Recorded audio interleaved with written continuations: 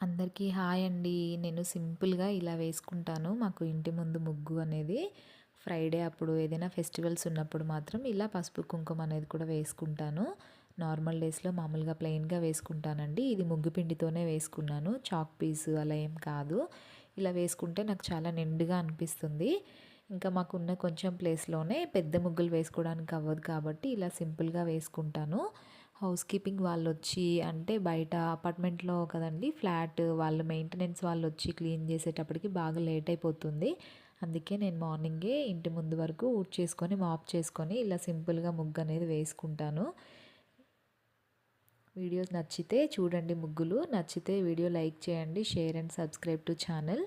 సింపుల్‌గా వేసుకోవాలంటే మనకి ఇంతేనండి. పెద్ద పెద్ద చుక్కలు పెట్టి ఎక్కువ ముగ్గు వేసుకోలేం గదా! ఎక్కువ ప్లేస్ లేనప్పుడు. ఇంకా ఇంతకన్నా పెద్దది వేస్తే మాకు మా ఫ్లాట్ ముందు నడిచే వాళ్ళకి ఇబ్బందయిపోతుంది. సో, అందుకే ఇలా చిన్నగా క్యూట్‌గా వేసుకుంటాను.